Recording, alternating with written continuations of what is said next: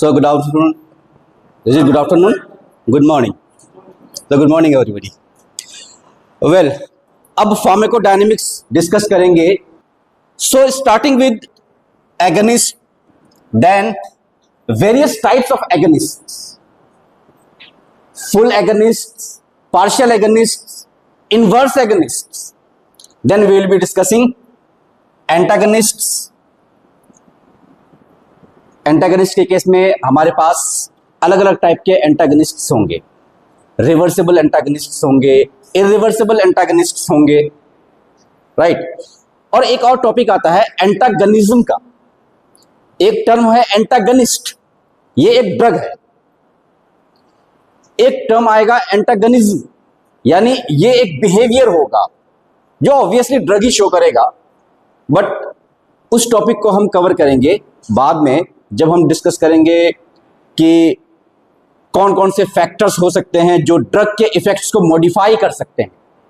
Factors modifying the effect of drug और factors modifying the drug action. तो वहां पर हम डिस्कस करेंगे एंटागनिज्म, फार्माकोडायनेमिक एंटागनिज्म की बात चलेगी वहां पर.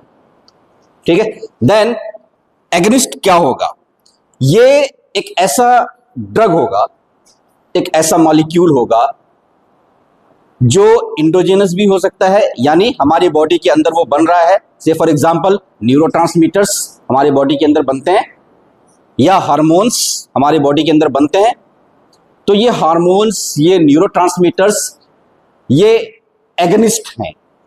या अगर आप बाहर से लेते हैं कोई एक्सोजेनस सब्सटेंस ड्रग के फॉर्म में, मेडिसिन के फॉर्म में, वो भी एगनिस्ट हो सकता है.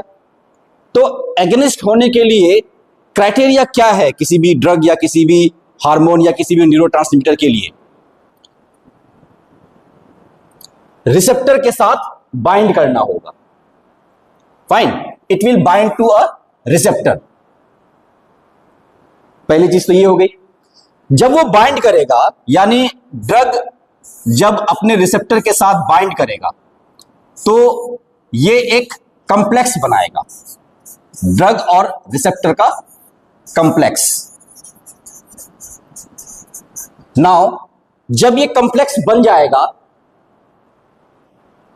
कंप्लेक्स बना ड्रग और रिसेप्टर का, जब ये कंप्लेक्स बन गया, इसके बाद उस रिसेप्टर के अंदर कुछ चेंजेस आएंगे. हम कहते हैं कन्फर्मेशनल चेंजेस, राइट. वो कन्फर्मेशनल चेंज क्या होता है, इस चीज को समझने के लिए आप एक छोटा सा एग्जांपल ले सकते हैं. लॉक एंड की. जो चाबी है वो मान लीजिए कि आपका ड्रग है, आपका एगनिस्ट है, और जो ताला है उसको आप रिसेप्टर समझ लीजिए. अगर उस ताले को खोलने के लिए वही चाबी इस्तेमाल होती है, आप उस चाबी को ताले में लगाएंगे और उसको ट्विस्ट करेंगे थोड़ा. जैसे ही आप ट्विस्ट करेंगे, आपको लगता है कि लॉक के अंदर कुछ चेंज आया होगा, इंटरनली लॉक के अंदर कुछ चेंज आया होगा. जैसे ही आप ट्विस्ट करेंगे, ट्विस्टिंग होगी और ताला आपका क्लिक आवाज के साथ खुल जाएगा. यानी ये जो ताला है ये खुला इसीलिए क्योंकि आपने ताले के अंदर कुछ कन्फर्मेशनल चेंज किया है, तो वो खुल गया. ये ऐसे ही है. तो जो कन्फर्मेशनल चेंज हुआ, वो कन्फर्मेशनल चेंज ही है जिसकी वजह से ड्रग रिसेप्टर मिल करके एक केमिकल इवेंट शुरू करता है बॉडी के अंदर.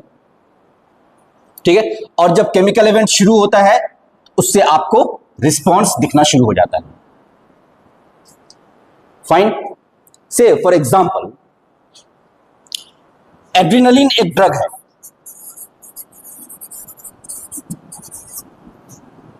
और ये एक एगनिस्ट है क्योंकि ये अपने एक रिसेप्टर पे बाइंड करेगा, और उसका जो रिसेप्टर है वो है एड्रेनर्जिक रिसेप्टर.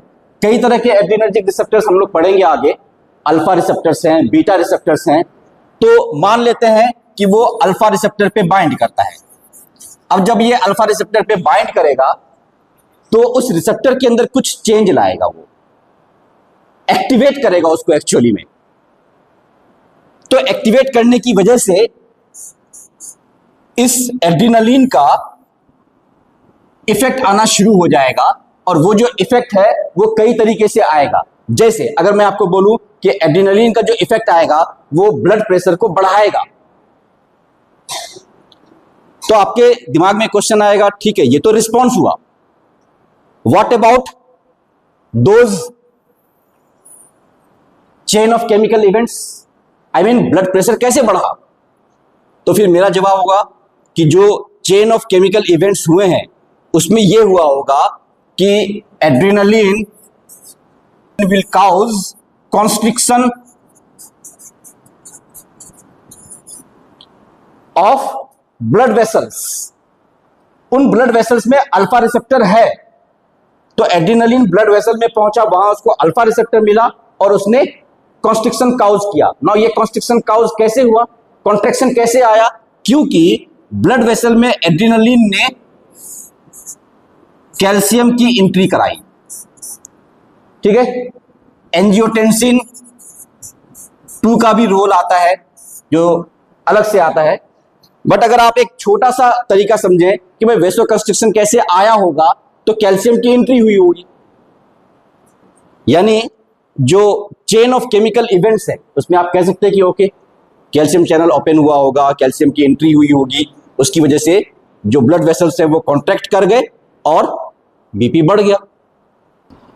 देखो एगनिस्ट, एंटागनिस्ट, एगनिस्ट के कई टाइप्स, जब ये हम डिस्कस करेंगे तो हमें 2 चीजें समझनी जरूरी होंगी। एक ड्रग चाहे वो एगनिस्ट हो चाहे वो एंटागनिस्ट हो, उसके अंदर कुछ प्रॉपर्टी होगा। तो we will discuss 2 things, one is efficacy. Efficacy जो टर्म है इसको हम लोग इंट्रिंसिक एक्टिविटी भी कहते हैं, इंट्रिंसिक एक्टिविटी, शॉर्ट फॉर्म में IA। दूसरा एक टर्म होता है वो होता है अफिनिटी।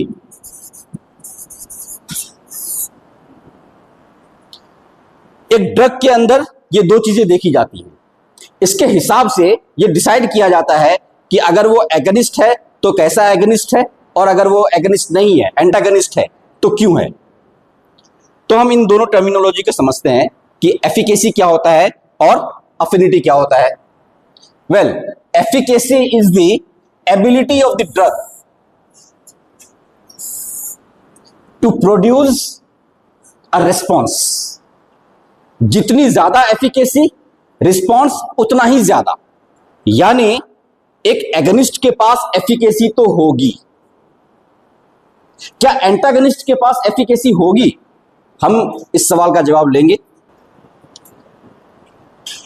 नाउ एफिकेसी ये डिपेंड करता है, आई मीन अगर ये कह रहे हैं कि भाई ये जो ड्रग है ना ये 100% एफिकेसी रखता है, या ये ड्रग 50% एफिकेसी रखता है, तो ये जो चीज निकल करके आ रही है इसका मतलब ये हुआ कि ड्रग जब अपने रिसेप्टर से बाइंड करेगा तो वो कितने रिसेप्टर से बाइंड कर रहा है, जो ड्रग रिसेप्टर कॉम्प्लेक्स बना, ठीक है, तो वो कितने रिसेप्टर को एक्टिवेट कर पाया। जितना ज्यादा रिसेप्टर बाइंड होगा, जितना ज्यादा रिसेप्टर एक्टिवेट होगा, उसका जो रिस्पॉन्स है वो उतना ही ज्यादा आएगा। कई दफे ये डोज पर डिपेंड करेगा, कम डोज आपने दिया तो कम रिसेप्टर्स ऑक्यूपाई हुए तो कम रिस्पॉन्स आपको दिखा, आपने डोज बढ़ा दिया अब ज्यादा रिसेप्टर्स ऑक्यूपाई होंगे तो अब आपको ज्यादा रिस्पॉन्स दिखेगा, राइट। यानी एफिकेसी एक क्वांटिटेटिव टर्म है जिसमें आपको ये दिखेगा कि रिस्पॉन्स कितना आ रहा है, डोजिंग कितना है, रिस्पॉन्स कितना है, fine. Whereas the term affinity, affinity का मतलब attachment, ability of the drug to bind with the receptor. यह भी डिसाइड करता है कि वो ड्रग कैसा होगा, एगनिस्ट होगा तो किस तरह का एगनिस्ट। अब देखो जो एगनिस्ट है वो अपने रिसेप्टर से बाइंड करने की टेंडेंसी रखता है, यानी उसके पास अफिनिटी होगी, और एक एगोनिस्ट से आप ये उम्मीद करेंगे कि वो कुछ इफेक्ट शो करेगा, यानी उसके पास एफिकेसी भी होगी। Dual nature of receptor, yes, देखो डुअल नेचर ऑफ रिसेप्टर की वजह से एंटागनिज्म की प्रॉपर्टी आती है। ये जो डुअल नेचर ऑफ रिसेप्टर का कंसेप्ट है ना, इसमें क्या होता है कि रिसेप्टर जो है वो इनएक्टिव स्टेट और एक्टिव स्टेट के बीच में ट्रांजैक्शन करता है। बढ़िया, राइट। जब एक एगनिस्ट आएगा तो वो एगनिस्ट उस रिसेप्टर को एक्टिवेटेड स्टेट में लेकर के जाएगा, और अगर एक एंटागनिस्ट आएगा तो वो उस रिसेप्टर को इनएक्टिवेट स्टेट में बना करके रखेगा। ठीक है, हम रिसेप्टर्स की बात कर रहे हैं तो बात सिर्फ रिसेप्टर की ही नहीं होती है, क्योंकि ड्रग सिर्फ रिसेप्टर पे बाइंड नहीं करता है, ड्रग चैनल्स के थ्रू से भी काम करता है, ड्रग एंजाइम्स के थ्रू से भी काम करता है। तो जो चैनल्स होते हैं दे आर गेटवेज, उनकी ओपनिंग होती है, उनकी क्लोजिंग होती है। तो चैनल्स का ओपन होना, चैनल्स का क्लोज होना, और एक और इंटरमीडिएट स्टेज आता है उसका, वो इनएक्टिव पड़ा हुआ रहता है, ना ओपन है ना क्लोज है। यानी अगर वो क्लोज्ड है तो ओपन नहीं होना चाहेगा, इनएक्टिव स्टेट है वो, रेस्टिंग स्टेज है उसका। जैसे लोकल एनेस्थेटिक्स काम करते हैं तो वो चैनल्स के थ्रू से काम करते हैं, वो चैनल को ओपन नहीं करने देते। एफिकेसी का मतलब कितना रिस्पॉन्स आएगा। एक ड्रग लेस एफिकेसी वाला हो सकता है, मेहनत पूरा कर रहा है, मार्क्स कम आ रहे हैं। एक ड्रग मॉडरेट एफिकेसी का हो सकता है, इंटेलिजेंट है, मेहनत नहीं कर रहा है, बट मार्क्स ठीक ठाक आ जा रहे हैं। एक ड्रग है जो हाई एफिकेसी का हो सकता है, मेहनत भी कर रहा होगा और मार्क्स भी बहुत अच्छे ला रहा है। Same exam, same question paper, same classroom, same Hooda sir, marks अलग अलग क्यों आ रहे हैं? एफिकेसी।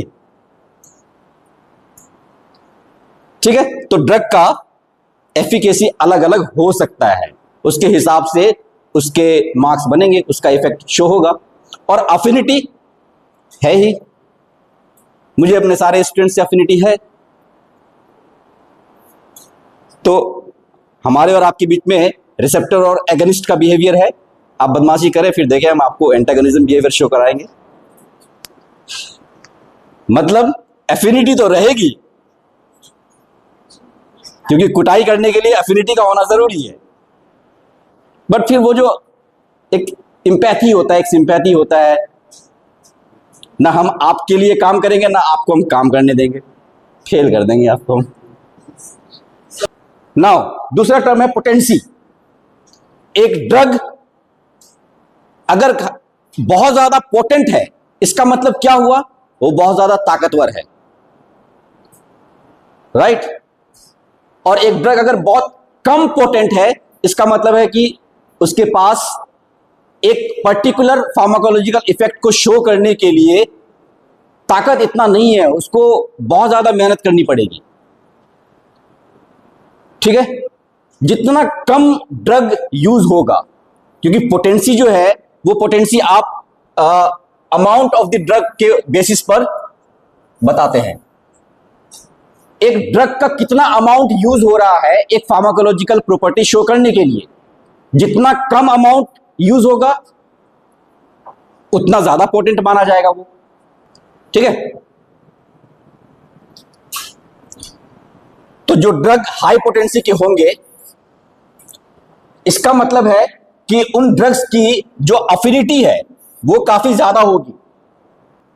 तो अफिनिटी किसके साथ? रिसेप्टर के साथ। इसका मतलब है कि वो अच्छे खासे रिसेप्टर के साथ जाकर के बाइंड करेगा। ठीक है, और एक्शन प्रोड्यूस कर देगा, भले ही थोड़े से कॉन्सेंट्रेशन में हो, तो एफिकेसी वाला जो टर्म था जिसमें मैं आपको कह रहा था कि लेस एफिकेशियस हो सकता है, मॉडरेट एफिकेशियस हो सकता है, हाई एफिकेशियस हो सकता है, तो उसके एग्जांपल्स कुछ मैंने यहां पे कोट किए हैं, लो, मॉडरेट और हाई के। डायूरेटिक है सारे, यानी सब यूरिन फॉर्मेशन कराएंगे, ठीक है। अमीलोराइड ये लो एफिकेसी का ड्रग है। क्यों? क्योंकि जितना सोडियम को एक्सक्रीट आउट करना था उतना भी नहीं कर पाता है, 5% कर पाता है, ठीक है। जबकि बेंजफ्लोराइड 10% कर पाता है, फ्यूरामाइड मोर देन 25% कर पाता है, ठीक है। जबकि मैकेनिज्म ऑफ एक्शन सबका सिमिलर है, लेकिन हो जाता है एफिकेसी कम ज्यादा हो सकती है। वेल, इस ग्राफ में आप देखिए, आपको एफिकेसी और पोटेंसी का मतलब यहां पे समझाया जा रहा है। अब यहां पर 3 ड्रग है। पहला ड्रग, उसकी डोजिंग की गई, उसका रिस्पॉन्स यहां पे शो हो रहा है, 50% रिस्पॉन्स, 100% रिस्पॉन्स। यहां पर डोजिंग की गई है, उन सारे डोजेस को लॉग फॉर्म में कन्वर्ट कर लिया गया है। फाइन। नाउ जो रिस्पॉन्स ऑब्जर्व हुआ वो कुछ इस तरीके से हुआ। हम डोज इनिशियली डोज हम यहां से स्टार्ट करते हैं, बढ़ाते जाते हैं, और जो इफेक्ट है वो मैक्सिमम इफेक्ट 100% आकर के यहां पे जो ग्राफ है आपका पैरेलल हो गया। अब इससे ज्यादा इफेक्ट नहीं होता है, 100% से ज्यादा क्या होगा, ठीक है। तो ये इसका इफेक्ट शो हुआ। यानी अगर हम ये देखें कि 50% रिस्पॉन्स शो करने के लिए उसको कितना डोज रिक्वायर्ड हुआ, तो 50% कहां पे गया, आप इसको यहां पे और इसको यहां पे स्ट्रेट लाइन खींच दीजिए, दोनों स्ट्रेट लाइन को आप मैच कराइए, तो ये वाला डोज आ गया आपका, ये ड्रग ए का निकला, ठीक है। देन ड्रग बी का, ड्रग बी को सेम रिस्पॉन्स 100% रिस्पॉन्स शो करने के लिए, देखो ड्रग बी जो है काफी डोजिंग करने के बाद यहां से वो रिस्पॉन्स शुरू कर रहा है, और फिर ये तो 100% ये भी अचीव कर ले रहा है। तो एफिकेसी दोनों का बराबर है, क्योंकि 100% रिस्पॉन्स दोनों ड्रग अचीव कर लिया। लेकिन अगर आप बात पोटेंसी की करेंगे, तो इस काम को शो करने के लिए ड्रग ए ने थोड़े डोजेस लिए हैं, है ना। यहां पे डोज कम है, यहां डोज ज्यादा है। इसका अगर आप 50% रिस्पॉन्स निकालोगे तो आपका ये डोज है, this dose is much higher than this dose, क्योंकि आपका डोज तो बढ़ रहा है इधर, ठीक है ना। तो ED50 हम लोग कैलकुलेट करते हैं, यानी इफेक्टिव डोज जिसमें 50% लोगों को फायदा हो जाए या एनिमल को फार्माकोलॉजिकल रिस्पॉन्स दिख जाए। तो 50% रिस्पॉन्स जब आपने ए और बी का कंपेयर किया, तो आपने देखा कि एफिकेसी सेम है, लेकिन डोज ज्यादा चाहिए बी को एज कंपेयर टू ए। तो पोटेंट कौन हो गया, ए पोटेंट हो गया। नाउ सी के केस में हम क्या देख रहे हैं कि ये जा ही नहीं पा रहा है वहां तक, ठीक है। 100% तक तो ये पहुंच ही नहीं पा रहा है, ये बड़ी मुश्किल से तो 50% के आसपास पहुंच रहा है, यानी इसकी एफिकेसी कम हो गई, इसका लिमिटेशन इतना ही है। जबकि जो डोज है उसको और ज्यादा डोज लेना पड़ा है, बहुत ज्यादा डोज लेने के बाद तब जाकर के जैसे ही तैसे ये इतना स्कोर कर पाया है। नाउ एगनिस्ट के अलग अलग टाइप्स। फुल एगनिस्ट का मतलब कोई लिमिटेशन नहीं है उसके काम करने की, वो पूरे दिल से, पूरे एफिनिटी से अपने रिसेप्टर पे बाइंड करेगा और 100% रिस्पॉन्स देगा, मैक्सिमम रिस्पॉन्स देगा वो। Say for example acetyl cholinergic receptor का एगनिस्ट है, फुल एगनिस्ट है। Adrenaline full agonist, histamine full agonist, there are so many drugs. तो फुल एगनिस्ट के केस में क्या है, they will produce maximum response, और इस मैक्सिमम रिस्पॉन्स को प्रोड्यूस करने के लिए जरूरी नहीं है कि उसको सारे रिसेप्टर ऑक्यूपाई करने पड़ेंगे, ऐसा जरूरी नहीं है। थोड़ा सा रिसेप्टर उसको मिलेगा, अपना पूरा रिस्पॉन्स देगा। फिर आप उसका डोज बढ़ा दो, थोड़ा सा और रिसेप्टर ऑक्यूपाई करेगा, रिस्पॉन्स फिर से बढ़ाएगा। जबकि जो पार्शियल एगोनिस्ट है ना, उनकी एफिकेसी कम होती है, लो एफिकेसी, मैक्सिमम रिस्पॉन्स दे ही नहीं पाएगा ये। It is unable to produce maximal response even though they occupy all the available receptors regardless of concentration। आप उसको रिसेप्टर दे दो, आप उसको कितना भी ज्यादा से ज्यादा कॉन्सेंट्रेशन में यूज कर लो, लेकिन कभी भी अच्छा रिस्पॉन्स नहीं देगा। फॉर एग्जाम्पल पेंटाजोसिन एक ड्रग है, ये म्यू रिसेप्टर पे बाइंड करता है ना। ये जो म्यू रिसेप्टर है, आप ऑपोइड का नाम सुने हो, ऑपोइड रिसेप्टर्स होते हैं, अफिनिटी है, बाइंड करेगा, बट जो इफेक्ट है वो बहुत ज्यादा नहीं आता है। तो ये ऑपोइड एनाल्जेसिक है, pentazocine is opioid analgesic. Full agonist और पार्शियल एगनिस्ट, हुआ क्या यहां पर, रिसेप्टर को ऑक्यूपाई करने के मामले में दोनों आगे रहेंगे।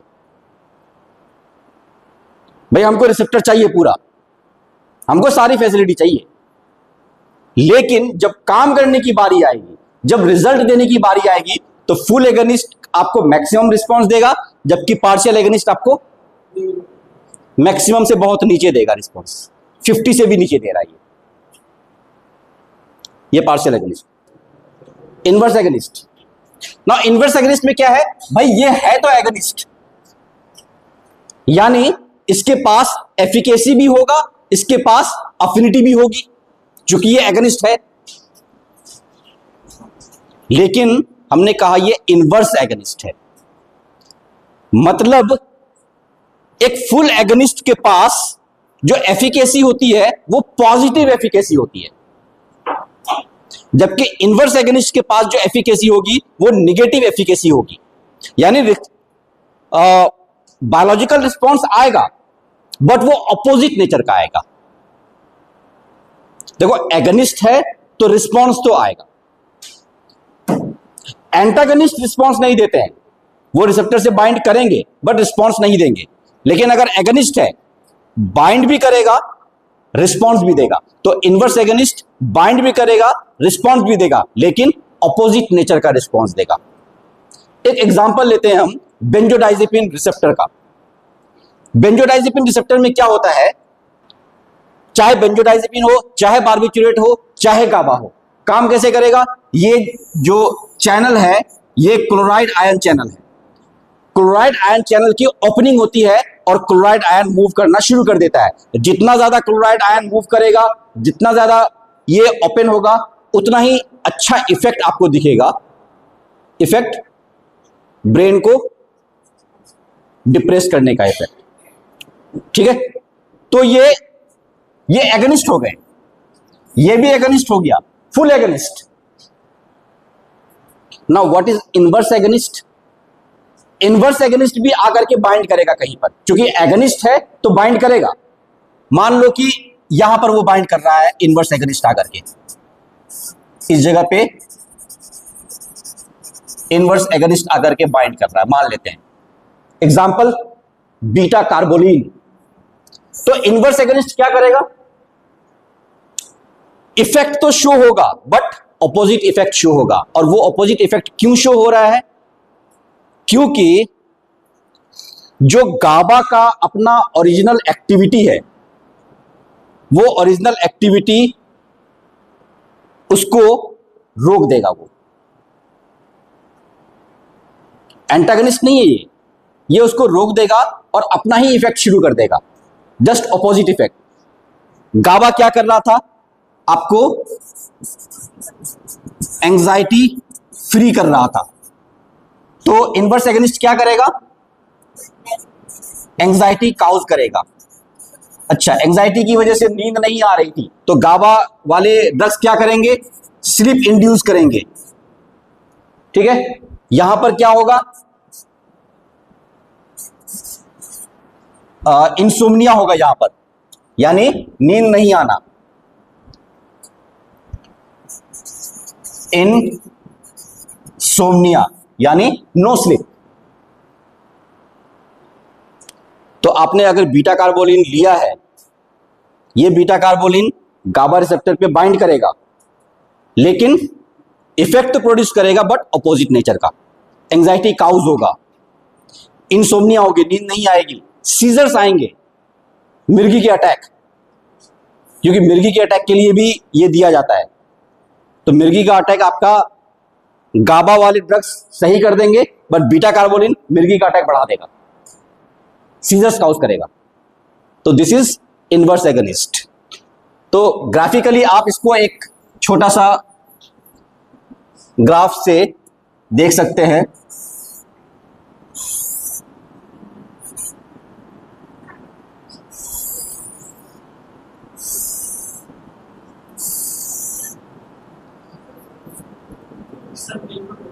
इंट्रिंसिक एक्टिविटी यानी जिसको आप बोलते हो एफिकेसी, इट इज 1 किसके लिए? फुल एगनिस्ट के लिए। ये फुल एगनिस्ट के लिए इंट्रिंसिक एक्टिविटी जिसको आप एफिकेसी भी कहते हो, it is 1। Whereas partial agonist के केस में, पार्शियल एगनिस्ट के केस में जो इंट्रिंसिक एक्टिविटी है यानी जो एफिकेसी है, this efficacy is between 0 to 1, between 0 to 1 यानी इट इज लेस देन 1। ये पार्शियल एगनिस्ट के लिए है, लेस देन 1 है, बिल्कुल 0 तो नहीं है, थोड़ा ज्यादा है बट 1 भी नहीं है, तो ये पार्शियल एगनिस्ट का हो गया। नाउ ये 0 है, इंट्रिंसिक एक्टिविटी यानी आप उसको बोलते हो एफिकेसी, इट इज 0 किसके लिए? एंटागनिस्ट के लिए।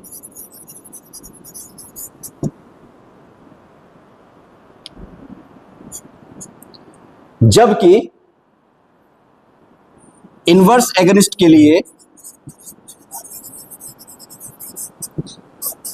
आपका जो इंट्रिंसिक एक्टिविटी है जिसको आप एफिकेसी बोलते हो, इट इज -1।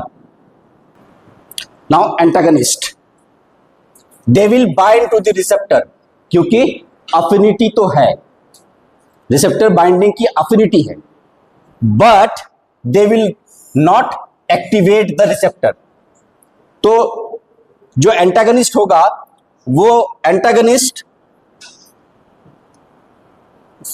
ड्रग जो कि एंटागनिस्ट है वो रिसेप्टर के साथ बाइंड तो करेगा, ड्रग रिसेप्टर कॉम्प्लेक्स बनाएगा, बट ये जो ड्रग रिसेप्टर कॉम्प्लेक्स है it will not produce any biological effect, कोई बायोलॉजिकल इफेक्ट नहीं आएगा एंटागनिस्ट की वजह से।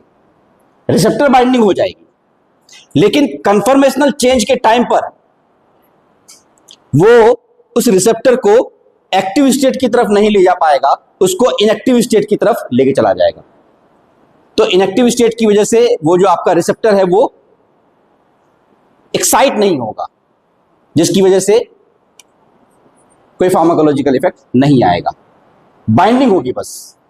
और अगर वो बाइंड कर गया तो ये इतना ज्यादा सिमिलर होता है, एंटागनिस्ट जो ड्रग्स होते हैं, जो मॉलिक्यूल्स होते हैं, ये एगनिस्ट से काफी मिलते जुलते होते हैं। इसकी वजह से रिसेप्टर भी एक बार कंफ्यूज हो जाता है कि मेरे पास कौन आया, लेकिन जब तक वो समझे तब तक लेट हो चुका होता है, एंटागनिस्ट आकर के बैठ जाता है।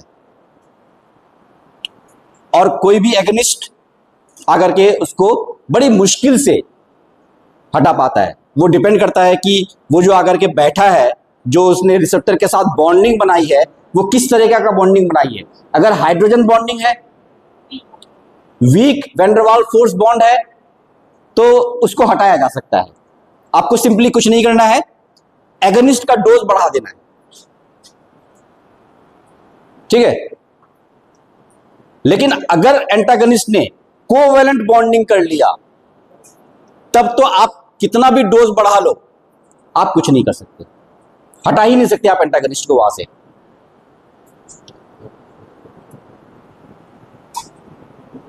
Competitive antagonist and non competitive antagonist.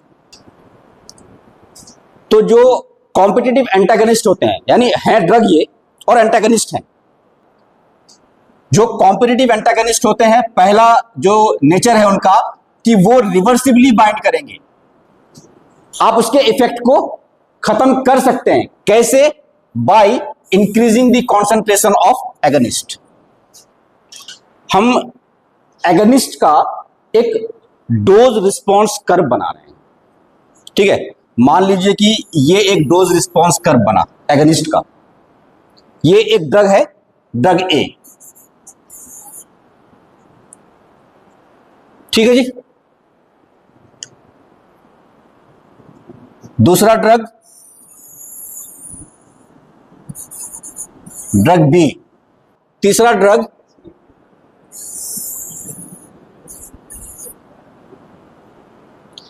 ना क्या हम देख पा रहे हैं यहां पर, इस चीज में आपको थोड़ा समझ में आ जाएगा कि जब कॉम्पिटिटिव एंटागनिज्म हो रहा है और आपने ये बोला कि ये रिवर्सिबल नेचर का होता है, तो हुआ क्या है? एक एगनिस्ट का ये लॉग डोज रिस्पॉन्स कर्व आया, फाइन। ये जो आया, ये इन एब्सेंस ऑफ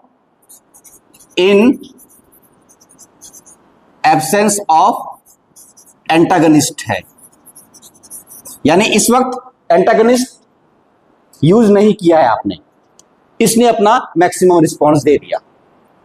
नाउ दूसरी बार अगेन, अच्छा दूसरी बार आपने क्या किया कि यहां पर आपने एंटागनिस्ट दिया। अब इस जगह पे आपने एंटागनिस्ट दिया,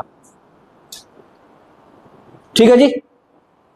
लेकिन आप ये देख रहे हैं कि अगर आप ड्रग का सेम इफेक्ट चाहते हैं, देखो मैं यहां पे दो चीजें लेके चल रहा हूं। एक ही ड्रग, उसी का हम डीआरसी बना रहे हैं, या फिर अलग अलग ड्रग और उसका हम इफेक्ट देख रहे हैं। तो हम अभी केस जो कंसीडर कर रहे हैं वो ये कर रहे हैं कि एक ड्रग का इफेक्ट आया, उसके बाद हमने एंटागनिस्ट दिया। अगर हम उतना ही इफेक्ट चाहते हैं तो हमें उसका डोज इंक्रीज करना पड़ेगा। अगर आपको पहले जैसा ही इफेक्ट चाहिए तो आपको एगनिस्ट का कॉन्सेंट्रेशन बढ़ाना पड़ेगा। आपने बढ़ा दिया तो आपको उतना रिस्पॉन्स मिल गया, ठीक है। फिर दोबारा आप एंटागनिस्ट देंगे यहां पर, और फिर से अगर आपको पहले वाला रिस्पॉन्स चाहिए तो दोबारा से आपको एगनिस्ट का कॉन्सेंट्रेशन बढ़ाना पड़ेगा। आप एंटागनिस्ट देते जा रहे हैं, आप एगनिस्ट का कॉन्सेंट्रेशन बढ़ाते जा रहे हैं। वो बढ़ा हुआ एगनिस्ट एंटागनिस्ट के इफेक्ट को खत्म करके अपना पूरा रिस्पॉन्स दे रहा है। इसीलिए हम कहते हैं कि यहां पर कंपटीशन चल रहा है एंटागनिस्ट और एगनिस्ट में। एंटागनिस्ट दबाने की कोशिश कर रहा है, एगनिस्ट अपना कॉन्सेंट्रेशन बढ़ा करके उसके इफेक्ट को खत्म कर दे रहा है और खुद अपना इफेक्ट शो कर दे रहा है। तो चूंकि रिवर्सिबल था, ये वीक बॉन्ड से एंटागनिस्ट की बॉन्डिंग हो रही थी, इसी वजह से एगनिस्ट ज्यादा ताकत के साथ आता था और उसको बोलता था चलो हटो यहां से, ये मेरा सीट है। ये रिवर्सिबल था। बट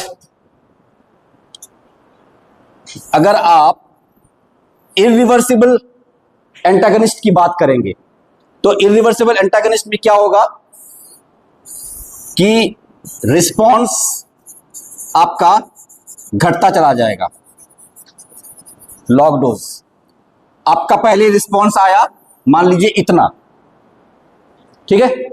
इसके बाद आपने एंटागनिस्ट की डोजिंग कर दी, तो जो एंटागनिस्ट है वो बचे खुचे रिसेप्टर पे जाकर के बाइंड कर जाता है।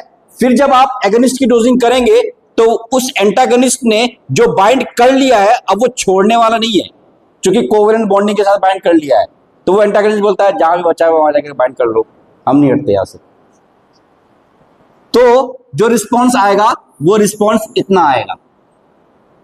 फिर थोड़ा सा एंटागनिस्ट लगा दो, रिस्पॉन्स और कम हो गया, यानी जैसे जैसे आप इरिवर्सिबल एंटागनिस्ट का कॉन्सेंट्रेशन बढ़ाएंगे, एगनिस्ट का जो इफेक्ट है वो घटना शुरू हो जाएगा।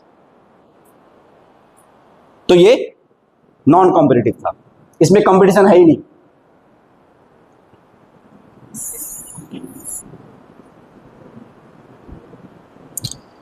एक चीज आपने गौर किया होगा कि जब कॉम्पिटिटिव एंटागनिज्म वाला हम लोग ग्राफ बना रहे थे तो आप देख रहे थे कि जो ग्राफ है वो राइट हैंड साइड की तरफ शिफ्ट हो रहा है, वो भी पैरेलल शिफ्टिंग चल रही है। तो ये कैरेक्टरिस्टिक फीचर होता है कॉम्पिटिटिव एंटागनिस्ट का कि पैरेलल ग्राफ्स बनेंगे और राइट हैंड साइड के, आपके राइट हैंड साइड की तरफ शिफ्ट होंगे वो। फाइन, शिफ्टेड टू राइट और पैरेलल होगा ये।